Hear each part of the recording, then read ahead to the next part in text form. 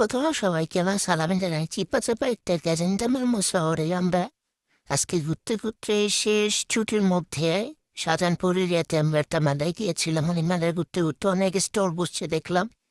স্টলগুলো দেখলাম, ঘুরলাম, মেলা দেখলাম, মানে তো খুবই ভালো ছিল। আর ভেতরে অনেক রাইড ছিল।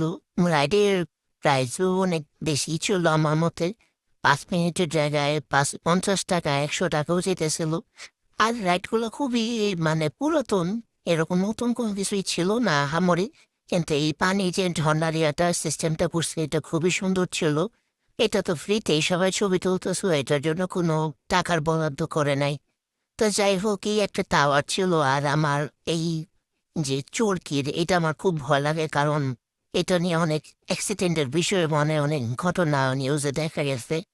তো আর এখানে খুব ভালো লাগছে যে বড়দেরকে সাথে বসার কোন একটা সিস্টেম ছিল অন্য অন্য আগে বা এরকম মেলাতে দেখা যায় নাই।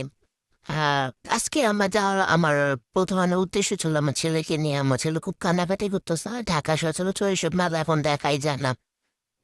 যাই হোক, এটা তো মোটামুটি ভালো, কিন্তু আগের মতো মানুষ কেনাকাটাও করে না, কারণ কেনাকাটা মানে মেলায় যে পরিমাণ দাম চায় সেই পরিমাণ জিনিসও ভালো থাকে না।